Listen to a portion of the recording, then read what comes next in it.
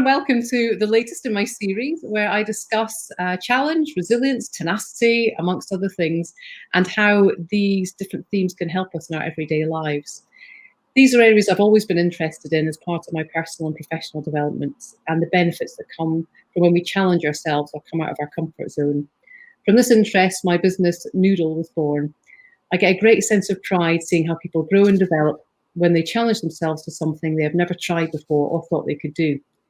I've been developing this to help people in their working life to see how they can stretch their horizons and become more resilient. Never was there a time that tests our resilience more than during COVID-19. I've been delivering a series of discussions and webinars with people I admire for the skills and techniques they use to develop people, looking at how some of the tools they use can possibly be transferred into our everyday lives to improve our resilience, motivation, and communications, amongst other things. Today, it's very fitting that at the start of Women's History Month and around International Women's Day, I'm speaking to Cath Kane. I've known Cath for over 30 years and I've worked with her on a number of interesting projects. Cath is a resilience coach, leadership and culture change specialist with a background in addressing gender-based violence. So welcome, Cath. Thank you, Denise. What a lovely introduction. It's wonderful to be here. You're very welcome. And in fact, speaking of being here, by the power of technology, I've done these conversations from London to Shropshire to Aberdeen, and now talking to you in Washington, DC. You might want to give us a bit of background as to why you're there and possibly not for much longer there. Yes, that's right. We are talking through different time zones, and you may hear a slight echo in the apartment or some digging going on outside. There's a busy street that we live on, and we're just in the process of packing up and coming back to London, having lived here for 2 years. So it's an interesting time. You talk about tenacity and resilience. I tell you, I'm drawing on everything that I know at the moment just to meet this deadline so we can get on that plane at the weekend. Yeah, and it's been, as you know, I'm sure if you've been watching the news, it's been quite a heck of a time here, experiencing a pandemic when we are so many thousands of miles away from what we consider our home. And at a time in history where, we've had the uprisings here. We've seen the uprisings here in Washington, DC. We've seen the insurrection and the inauguration, as well as the global pandemic. So it's been quite a year. Yeah. Yeah, I think put the rest of our lives in perspective a bit there. We seem quite over here.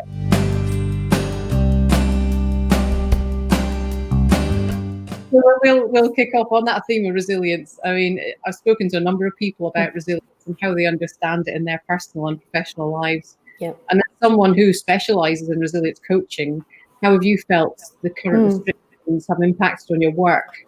And how have you adapted to be resilient yourself in these uncertain times? Yeah, it's been a major, major impact. I mean, I think this is seismic change, not just radical change, and is a shift in how we live our lives, how we see our lives.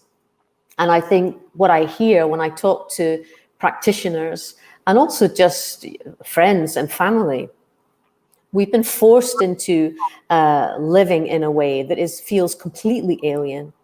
Everyone feels, the physical distancing and the quarantining has meant we've experienced high levels of separation and isolation over a prolonged period of time. The ordinary things that used to bring us comfort either don't do that anymore. People are now fed up watching box sets on Netflix, because we're all box set out. And we're just simple things like not even being able to see the people that you care about and love and hug someone has created this real sense of separation and isolation and distance. And that will have an impact on your psychological health for sure, and your emotional well-being.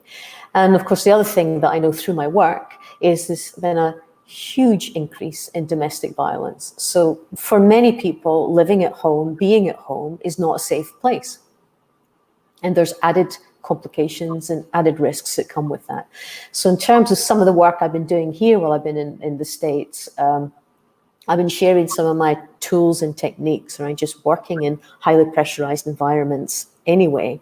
But for advocates and practitioners working to address gender-based violence, or anyone who is experiencing difficulties at the moment, whether that's, homelessness or food poverty is another thing that is, a big problem here.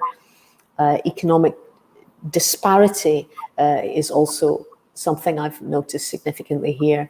And of course, just general inequalities. All of these things come together and it makes our experience of living and working so much harder.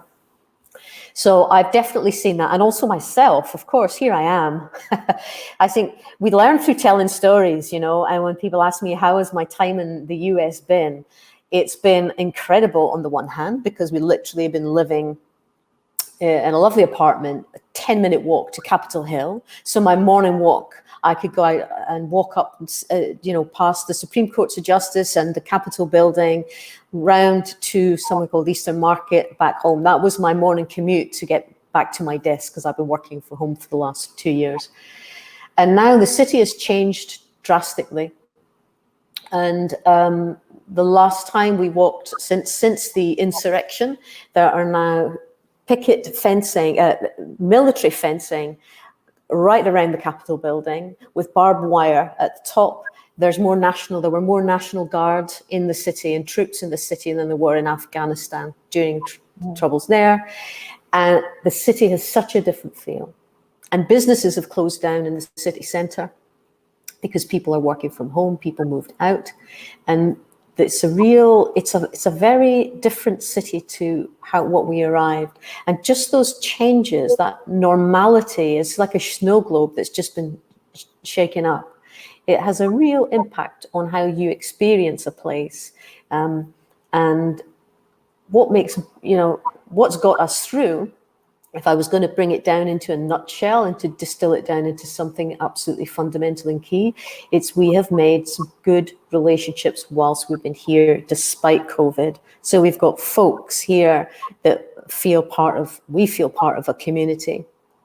And we've also used technology in order to connect and reconnect with family and friends back in the UK and back in Scotland and maintain that sense of connection.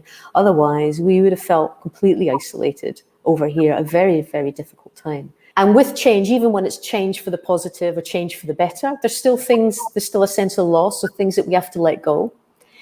So one of the things I've had to practice regularly since the day I got here is just going with the flow. The Americans use that phrase. I know we use that phrase in the UK, but we're a little bit more removed from it. Here, it's a phrase that I've heard a lot. Just go with the flow. And one of my friends and my business associates is a mindfulness teacher, practice teacher. And I was already using mindfulness techniques in some of my coaching. And she's really helped me understand the significance of that even more, by just as a daily practice of just allowing things to kind of happen, to go with the flow and be in tune with the rhythms in your body. And this is particularly, I think, useful for women, because often still in society, we tend to have those caring responsibilities, or our identities are very, very, attached to relationships and the family and the well-being of the family and caring roles. And it can be hard for women to really to stop and take time for themselves or to pay attention to their needs. I'm sure, Sharon talked about that last week. And as being a full-time carer, it's incredibly difficult to do that. But it's so important that we pay attention to our feelings and our emotions, as well as physically what our body is telling us. Because if we just keep pushing through, particularly when things are difficult or we're in very highly pressurized situations, that's where you hit burnout, if you ignore those signals from your own self. And that's a lot of what I incorporate into the coaching when I'm working with practitioners or I'm working with women, particularly high achievers. Yeah. High achievers are not very good sometimes at paying attention to the body saying, oh, I don't want to do that. I want to take an extra half an hour in bed this morning, or I'd just like to sit down and have a cup of tea, So it's getting that balance and finding that balance between being productive and doing things, but also just going with the flow and paying attention to when your body is saying, just take it easy here. And what difference does it make to do that thing? Is that really your priority? Yeah, very good advice. When you said about, like, we're talking about your own resilience, and then we touched on other people's as well, I wanted to come on to that a bit more, because I was going to ask how you noticed other people that you've been working with, whether it's colleagues or clients that you're working with, and how their resilience is changing. And do you notice, one thing I found interesting there was, is there a difference between how people are in the US rather than people that you're, because you're working internationally? Yeah. Yes, there is a difference. And it's interesting because I'm just in the process of one of my goals this year is to write a book. I have set myself a bold goal. And I'm a writer anyway. So I'm a poet, I'm a songwriter. And for me, writing is kind of like therapy. And there is something about the changes and transitions in my life. So just to give you a little bit more background, 3 years ago, I had a breast cancer diagnosis. It was early stage breast cancer, but I had treatment for that just before Nikki, my partner, was coming over here to start working in the States. So I had a period of time where I was going between London and Washington. I then moved over here. And in that time, both my parents have passed away. And I've been adjusting to relocating. And I thought, I can set up a coaching consultancy business when I get to America. And often it's good that we don't know exactly what's ahead of us, because sometimes if we know too much, we probably wouldn't even start. But I was very excited. Initially, I was a bit concerned about the change because the timing wasn't particularly good for me. But we made it work. And coming here and living in the city, it's been an exciting time to be in Washington, D.C., and it's been an incredible opportunity to just get out of your comfort zone and live in a completely different place. So we become, for sure, when we go through these experiences, we never quite go back to where we were or exactly who we were, because these significant experiences do bring about change, change in ourselves. And one of the things I've noticed, particularly while I've been here, is just this culture shift, culture change. We grew up in the UK with, we have so much American culture in the UK, but actually getting here, I realized as we got to know folks, the history is different. There's stories, there's a lot of connections and things that we can connect with, but there's definitely a culture difference. And so one of the things I want to now bring into my coaching and my consultancy much more are these insights, I guess, that I have got from this experience of being here. And despite the pandemic, despite the increased, the additional difficulties and this major change, what good and what learning can come out of that I can build into my coaching and sharing that with others.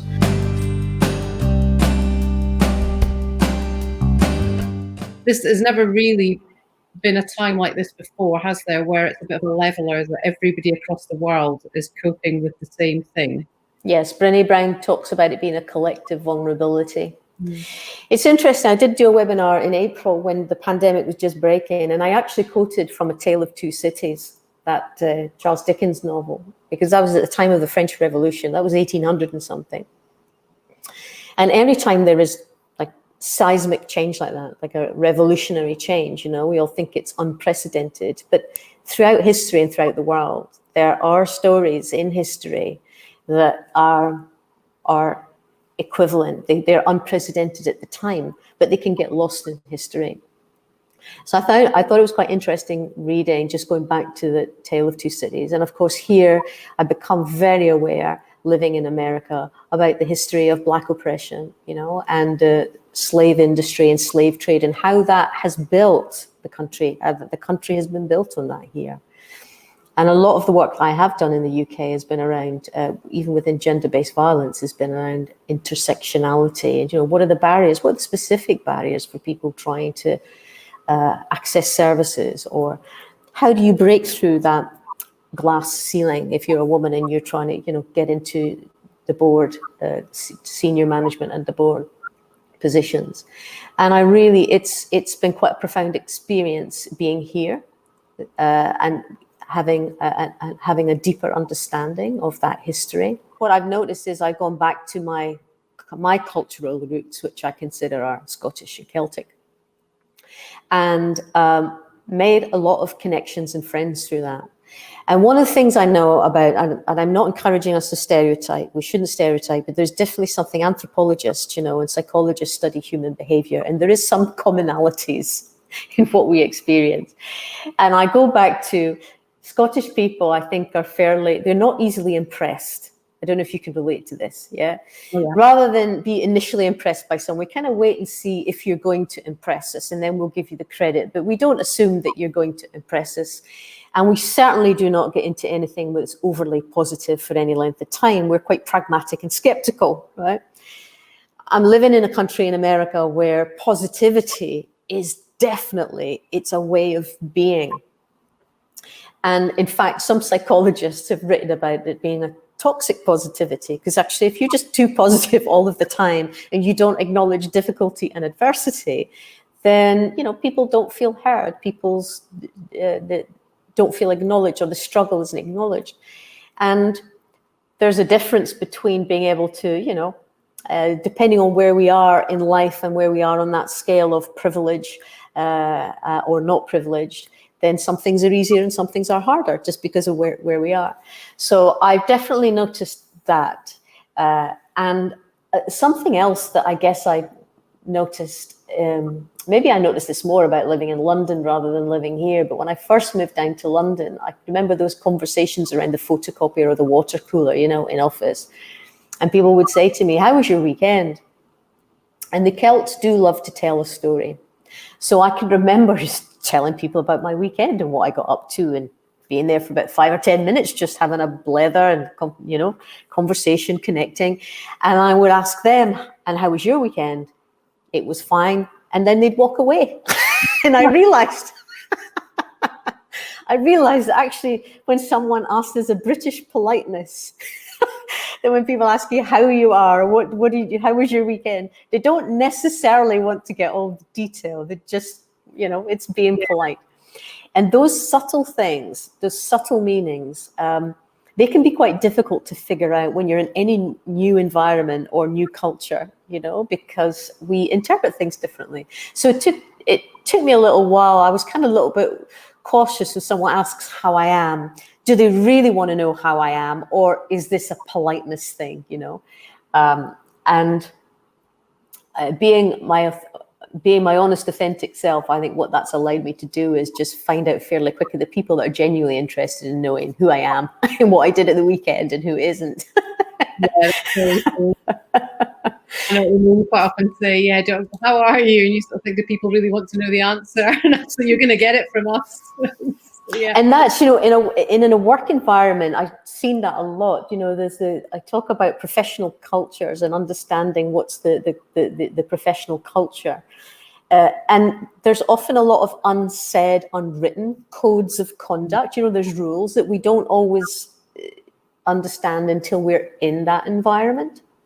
And I think that can be difficult. That can be one of the most stressful things about starting a new job, or joining a new group, or, pushing. I know a lot of the work that you do with your business and your company is of encouraging people to step out of their comfort zone and try something different.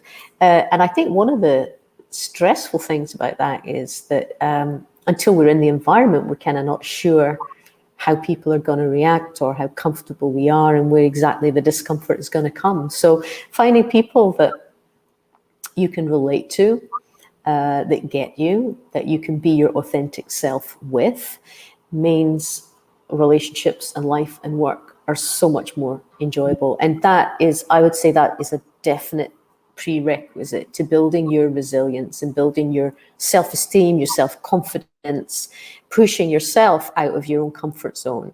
It's just building on that momentum and that energy of being your authentic self and making authentic connections and meaningful connections.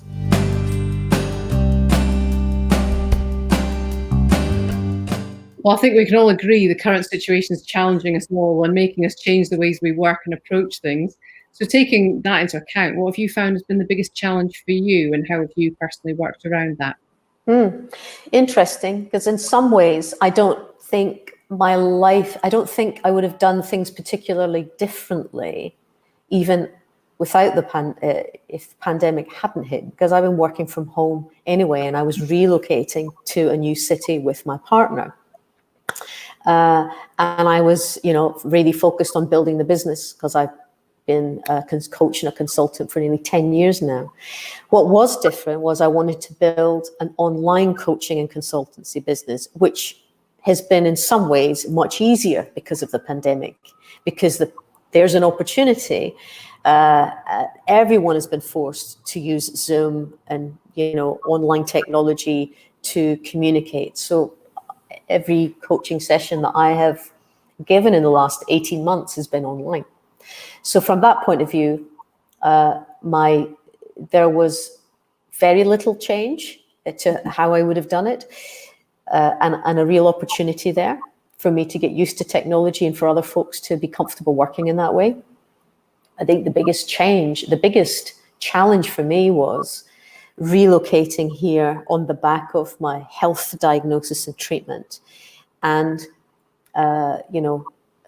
my parents passing both dying within 2 years of each other, and now having to go back to the UK. It's a lot of change, and when there's too much change in a short space of time, we kind of don't get a chance to catch our breath, and let that settle. And what I'm really mindful of is paying attention to how I prioritize my time and my energy, because if I just keep pushing and trying to push through something, as with most high achievers, then I hit a wall. So I get to a point where I hit a wall, and I haven't hit a wall in a long, long time. I haven't hit burnout in many, many years. But I do know from personal experience, as well as managing teams in in highly pressurized situations, and working with folks that are at risk of getting vicarious trauma, you really need to pay attention to what your whole system is telling you. And I often say to folks, activity is not necessarily productivity, but human nature, when we kind of feel a bit vulnerable or off guard, or things aren't going well, or I really want to fix this problem and solve this problem, some of us have got a tendency to want to fix the problem, push through the pain, and just get it done. And there are times when that's definitely useful and helpful and necessary. If you're running a marathon, as you know, then you just have to, you're 2 miles from the end, you got to keep going. But there also needs your body, your system, and your sense of yourself just needs to take the foot off the gas at some point and rest and repair. So a lot of, I guess, what I've talked about in the last year, and particularly and support folks with through coaching, is just shifting their mindset, not to necessarily see activity as always productivity, and what does useful, how do we nourish ourselves as well to reduce that risk of burnout. Yeah. And, as I think I mentioned my associate friend Aisha earlier, one of the things she taught me is a Buddhist phrase that says, you drink as you pour. So as you are expelling energy, or you're looking after others, or you're working on a really difficult project, or you're pushing the envelope yourself, there's also something about replenishing yourself as you go. Otherwise, you're running on empty. Yeah, I like that phrase, and I think there's a good analogy when you say about where there's a time and a place for it, and I can also identify with those marathons, those big challenges where but that's a moment in time, isn't it? And you can push yourself for that. Yes. But you can't just keep doing it. If we figure out that that's our kind of stress response, because what happens when we all get stressed, this is what we're talking about really. The last year, wherever we are in the world, there's been higher levels of stress, and then depending on our lives and our situations and our relationships, there's more or less stress there. So our bodies are on alert, and the chemicals in our bodies change when we're under pressure and we're stressed. And our brain is designed, our primate brain is still there. And it's the thing that saved us when we were, chasing animals in hunting and gathering, you know, in those early days. It was a survival brain. And that just clicks, it switches on. It's an automatic thing. The problem is when you are in situations or exposed to constant stress, even though the risk may not be a reality, the brain and the mind is telling your whole system, oh, hang on, we're worried about this. This is dangerous. This is dangerous. And your system reacts to that. So one of the first things that I do when I'm coaching advocates, practitioners, is give them tools and techniques to recognize when their alert system is triggered and how to settle that down. You know, and I know you had Matt on, you were interviewing Matt, a singing teacher, a few weeks ago. You know, music and singing is such a useful way of calming your system down. You know, chanting. In Eastern philosophies, they use a lot of chanting, and that is just a methodical, ritualistic way of calming your system. It does many other things, you know, but it's symbolic of any other things. But that will calm you down. You know, little things like that, which go unnoticed, because we tend to not notice stress as it's building. It's when it gets to us, it tips.